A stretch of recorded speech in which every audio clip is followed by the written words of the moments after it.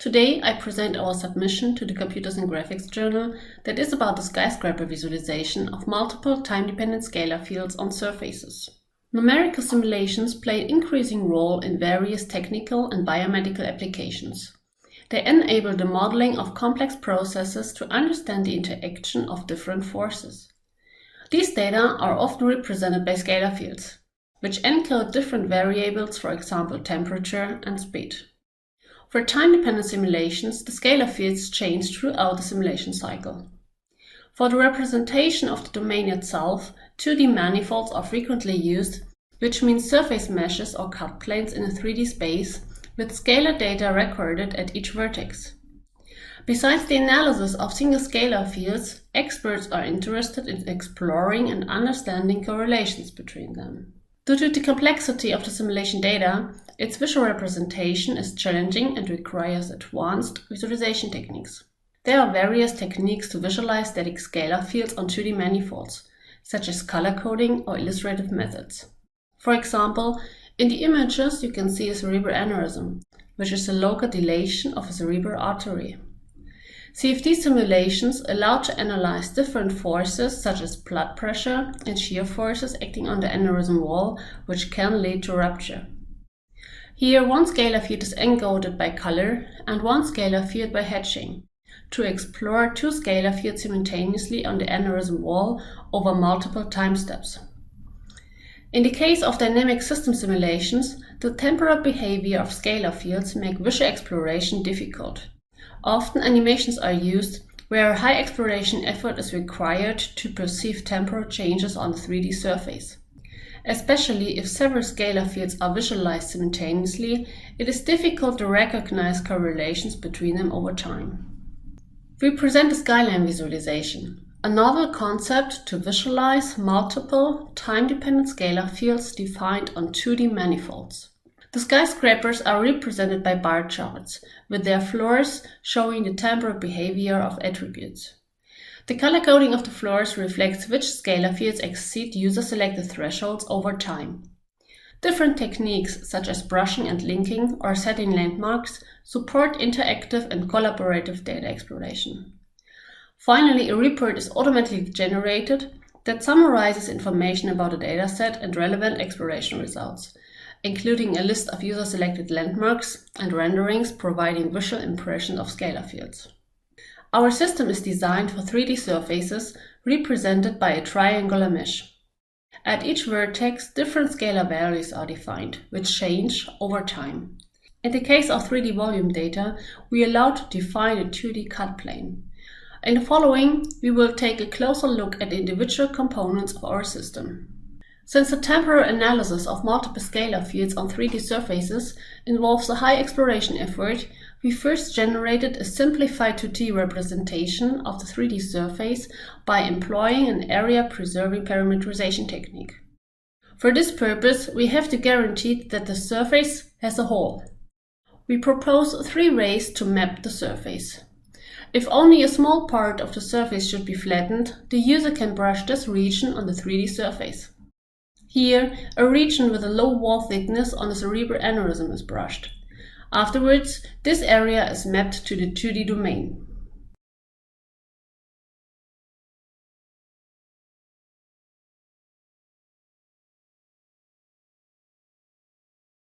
To select larger surface regions, the user selects points which are connected to a cut line. Then the user selects which of the separated regions should be parameterized. Here, the entire aneurysm should be flattened. The user has to define a line where the mesh is cut open and which determines the border of the surface.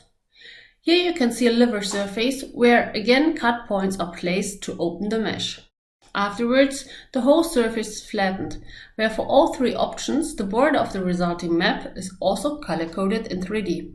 Despite our area-preserving parametrization, regions of the 2D map may be smaller than on the original 3D surface, which cannot be avoided with any parametrization technique. To reduce this problem, we integrated an interactive lens based on the idea of a magnifying glass. Using the lens, the user can enlarge such distorted regions on a 2D map.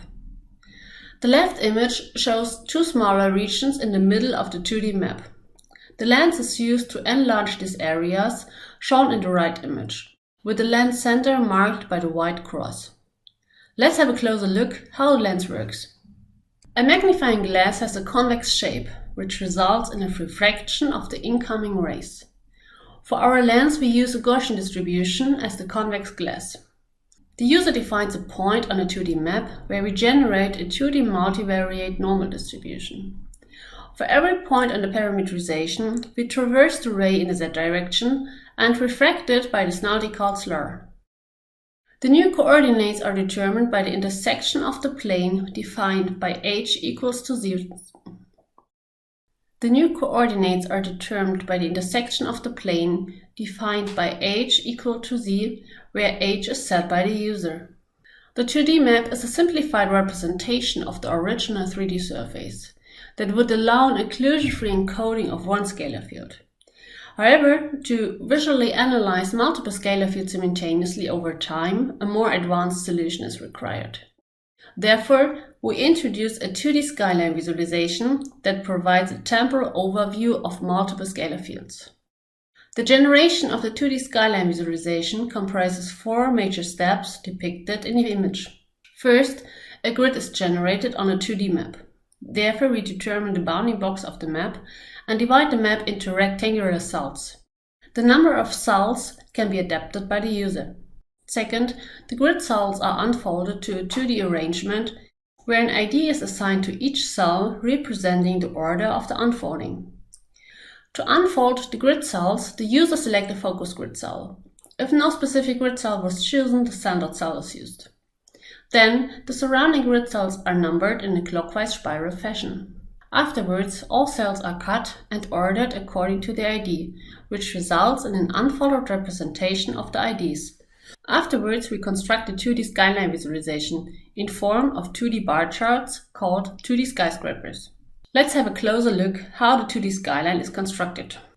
For each grid cell, a 2D skyscraper is created. In this example, 30 cells exist on a corresponding 2D map, and therefore 30 skyscrapers are generated. These skyscrapers are divided into floors, with each floor representing a time step of the underlying dataset. Additionally, the floors are used to color code the occurrence of a certain scalar field. For this purpose, each floor is divided into n segments, with n being the number of scalar fields. Here, 3 scalar fields are encoded by purple, brown, and green.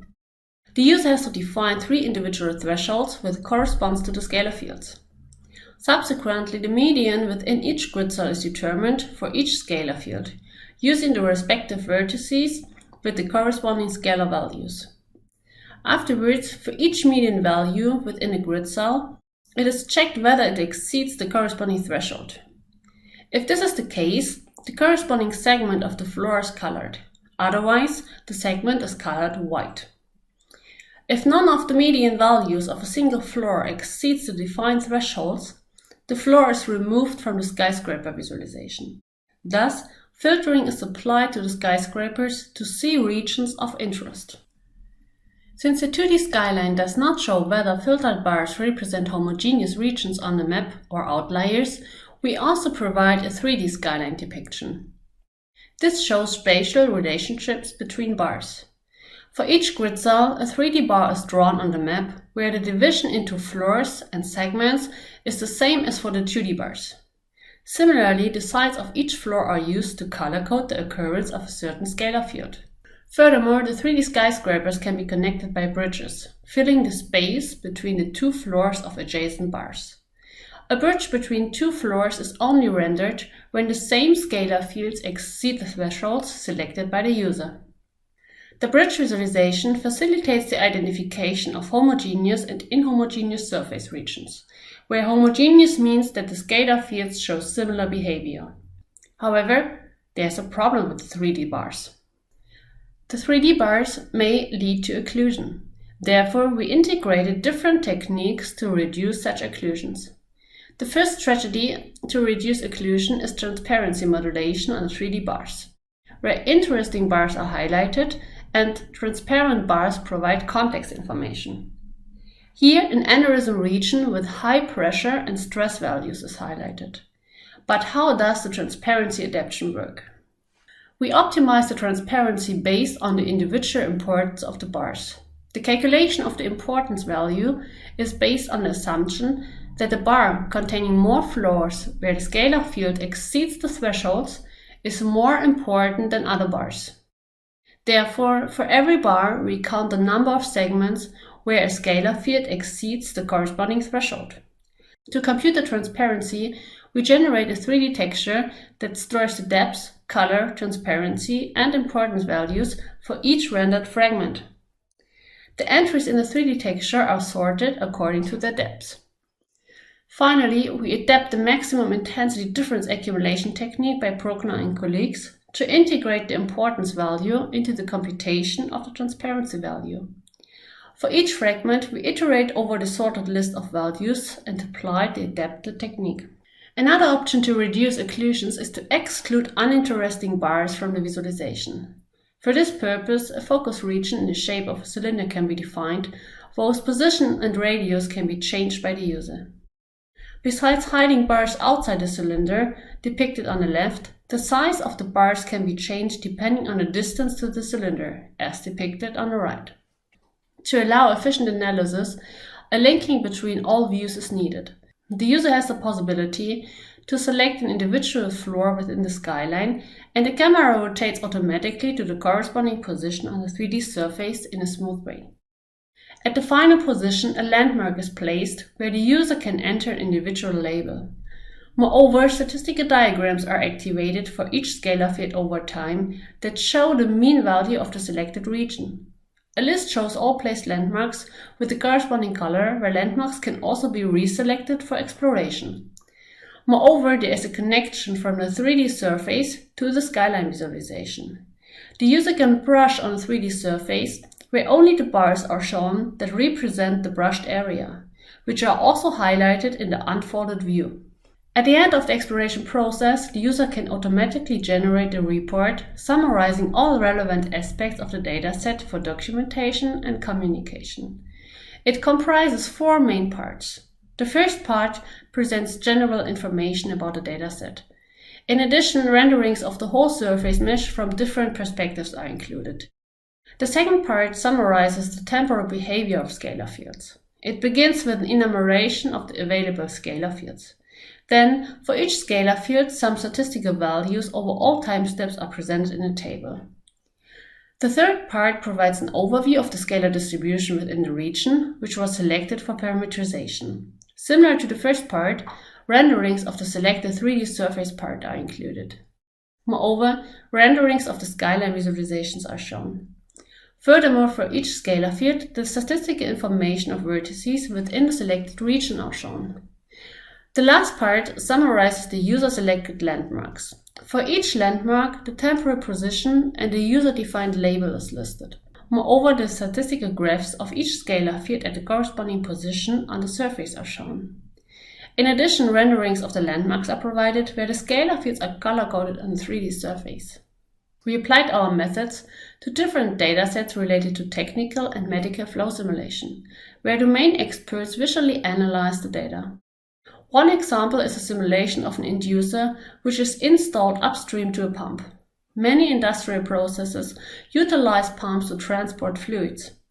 However, even a low gas volume fraction can drastically reduce efficiency. The installation of an inducer was found to improve the performance. CFD simulations are used to optimize the inducer design and therefore the pump performance.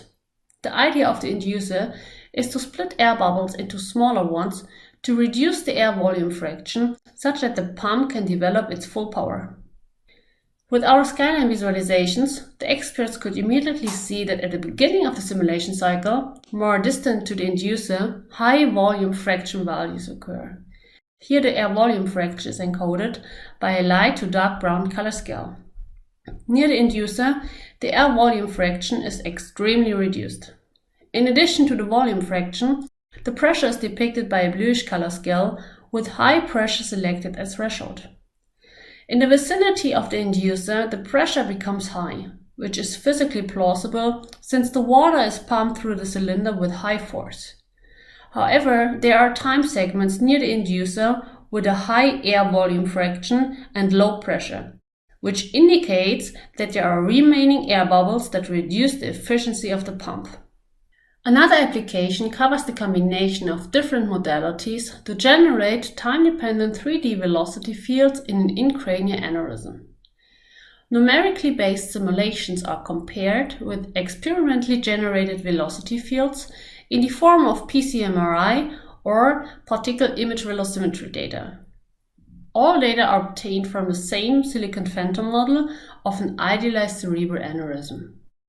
We used our Skyline visualizations to validate the accuracy of CFD and PCMRI-based velocity fields. The CFD experts suspected that the PCMRI measurements are probably less accurate than CFD due to the artifacts during data acquisition. An important research question is how big the deviations are and where they occur inside the vessel. Both aspects can be investigated using our system with little exploration effort. Here the magnitude of the velocity is color-coded for PIF in red, PCMRI in brown, and CFD in blue. The 2D Skyline visualization shows that the velocity is underestimated during the whole cardiac cycle based on PCMRI, indicating that the data is strongly affected by artifacts. The underlying geometry and initial conditions for the CFD simulation have been well described by the phantom model, and cardiac cycle trajectory, thus PIF and CFD show similar velocity distributions.